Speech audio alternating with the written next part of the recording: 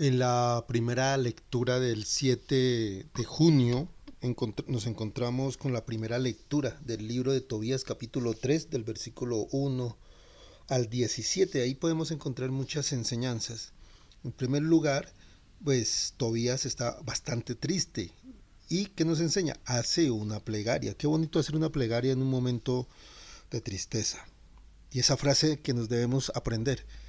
Eres justo, Señor, y justas son tus obras.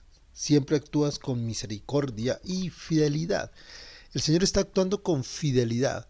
Ahí es donde nosotros nos debemos preguntar, ¿nosotros somos fieles al Señor? ¿Tenemos esa fidelidad ante el Señor? ¿Y cómo hacemos esa fidelidad? Vamos a Eucaristía, comulgamos, hacemos lectio divina, hablamos con nuestro guía espiritual, leemos la palabra del Señor, que la hacemos a través de la lectio divina, tenemos lecturas espirituales, es ver cómo está nuestra formación espiritual. De igual manera, él dice que no lo castigue por los pecados y errores que él ha cometido y que también sus padres. Pero ahí hay que entender algo muy importante. Sí, tenemos que reconocer nuestros pecados. Donde hay soberbia, el Señor no nos va a escuchar. Entonces ahí tenemos que empezar a trabajar ese punto. Reconocer nuestras faltas.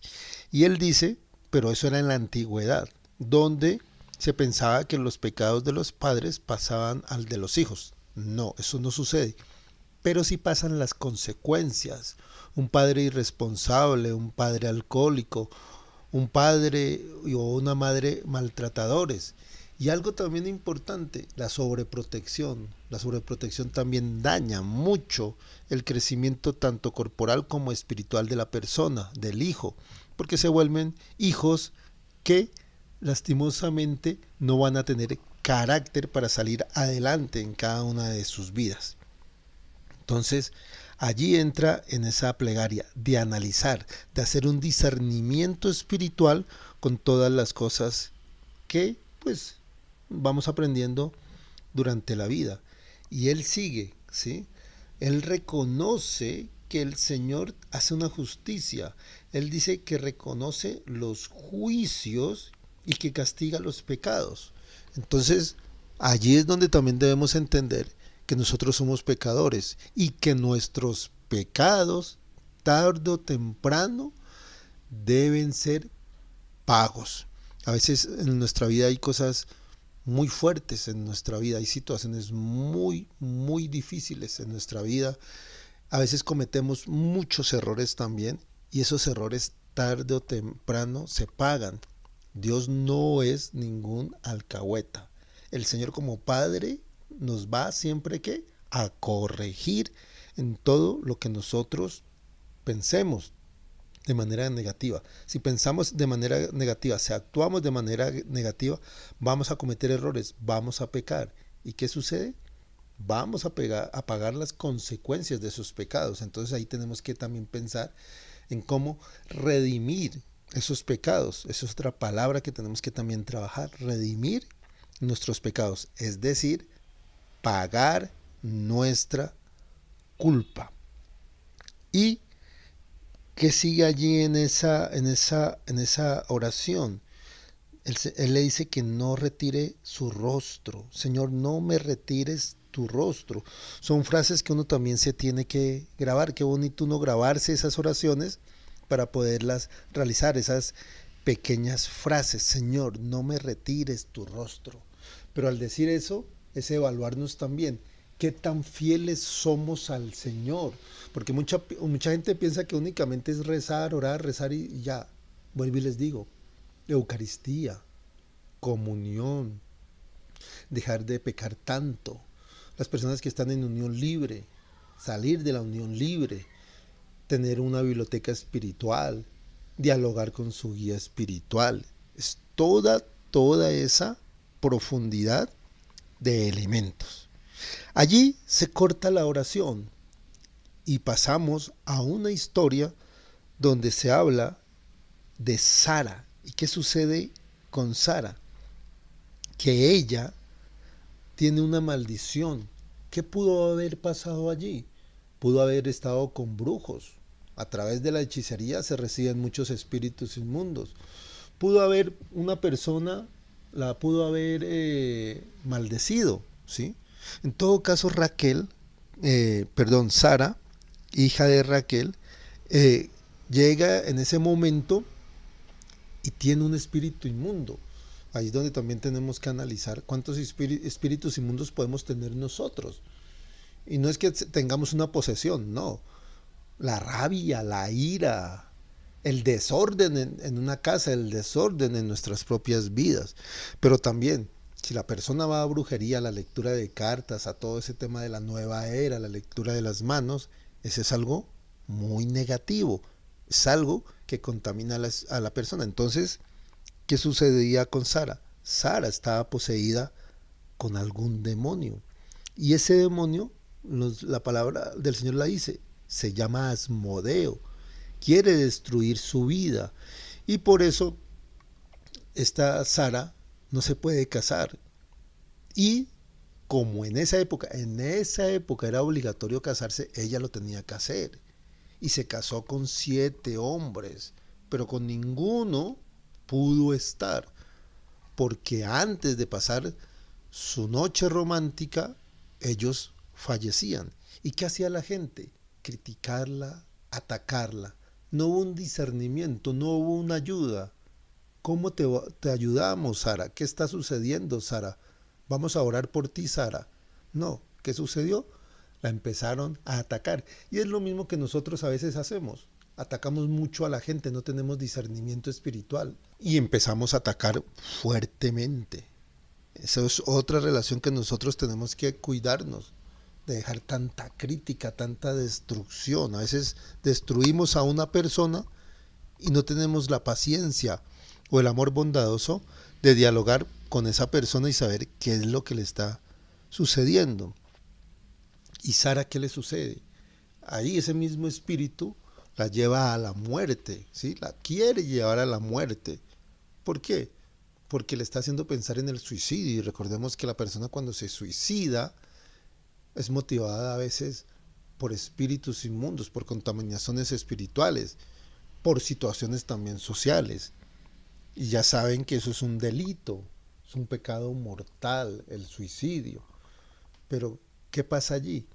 Llega el momento en que gracias a Dios reconoce ese poder del Señor. Y es cuando nosotros, en momentos de dificultad, en vez de alegar, en vez de discutir, en vez de llenarnos de rabia, arrodillarnos, ir a una iglesia, orar, hablarle al Señor y decirle qué me está pasando, qué tantos problemas tengo, y entregarme al abandono del Señor, llegar a ese proceso de entregar todo mi ser, todas mis dificultades, todos mis sueños al Señor. Porque lastimosamente mucha gente piensa y da su apoyo a las otras personas. Entonces ahí es donde destruimos nuestra fe.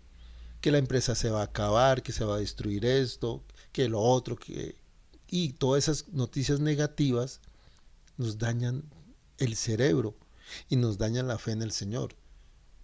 Tenemos que tener ese momento que, a pesar de las dificultades, debemos acercarnos con fuerza al Señor. Debemos acercarnos con fuerza en ese diálogo con nuestro guía espiritual. Y ella hizo algo muy bonito. Se superó a sí misma, salió de la tristeza y empezó a orar. Y extendió sus manos hacia la ventana y oró. Qué bello levantar las manos en oración. Y fue tan profundo ese momento que el Señor la escuchó y le envió un ángel para que la cuidara. ¿Y quién era ese ángel? El arcángel Rafael. Recordemos que estamos hablando en el Antiguo Testamento y ellos no tenían todavía el término arcángel. Era ángel para ayudar a esta hija, para ayudar también a Tobías y todo en todo ese proceso. Y pues más adelante en las lecturas podremos descubrir lo que hace el ángel Rafael. Y en esa misma lectura nos encontramos con el Salmo 24. Y la frase más contundente es: Dios mío, en ti confío, no quede yo defraudado. Volvemos a lo mismo. Dios no nos va a defraudar, pero debemos evaluarnos si nosotros como personas somos fieles al Señor, somos serios con el Señor, ¿sí? Somos personas responsables, porque uno no puede tener las cosas de Dios como algo mágico, no, es de confianza, es cuando uno va a estudiar una carrera, tiene que cumplir unas reglas. Y en el Santo Evangelio, según San Marcos capítulo 12 del versículo 18 al 27, llega esa relación, porque a Jesús lo están atacando mucho, al maestro lo están atacando mucho. Entonces los fariseos se acuerdan de la historia de Sara, de todo lo que vivió con los fallecidos, y le dicen: si a uno se le muere su hermano, dejando mujer pero no hijos, que se case con la viuda y dé descendencia a sus hermanos.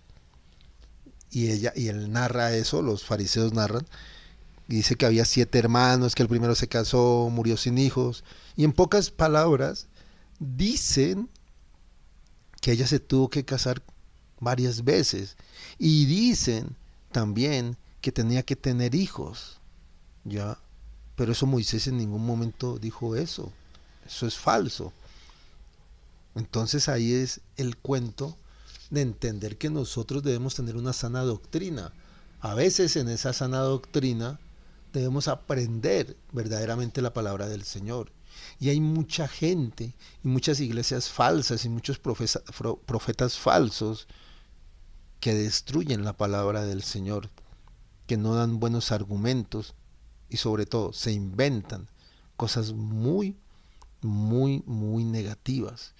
Entonces, ahí con esa mentira están atacando al Señor. Pero lógicamente, ¿qué sucede? Es el Señor y Él sabe. ¿Y cómo le responde? ¿No están aquí equivocados por no entender las Escrituras ni el poder de Dios? Pues cuando resuciten, ni los hombres se casarán, ni las mujeres serán dadas en matrimonio. Serán como ángeles en el cielo. En el momento que nosotros estemos con la hermana muerte, nos encontremos con la hermana muerte, nos vamos a convertir en espíritus puros. Y si el Señor nos da esa paz y hemos sido fieles al Señor, vamos a estar en la presencia del Señor, alabándolo profundamente. Y vamos a ser espíritu puro, vamos a ser ángeles, como dice el Señor. Entonces no piensen que vamos a vivir como estamos viviendo hoy terrenalmente. No vamos a tener deseos, gustos, nada. En pocas palabras, no vamos a ser seres humanos. Nosotros nos vamos a convertir en ángeles dedicados a alabar al Señor, a alabar al Señor.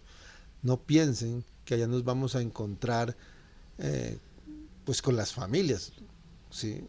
Como vivíamos acá. No, nos podemos encontrar con ellos, pero ya no vamos a sentir la misma relación filial. Para nada. ¿Porque qué? Somos espíritus puros dedicados a la alabanza. Perdón que me enredo un poco. Y lo dice allí la palabra del Señor. Serán como ángeles del cielo. Porque hemos nacido y en la resurrección estaremos para alabar al Señor. En conclusión, todas estas lecturas nos llevan a decir qué estamos haciendo para ganarnos el cielo, qué estamos haciendo para ganarnos un nombre en el libro de la vida. Ahí es que nos tenemos que evaluar qué tan fieles y responsables somos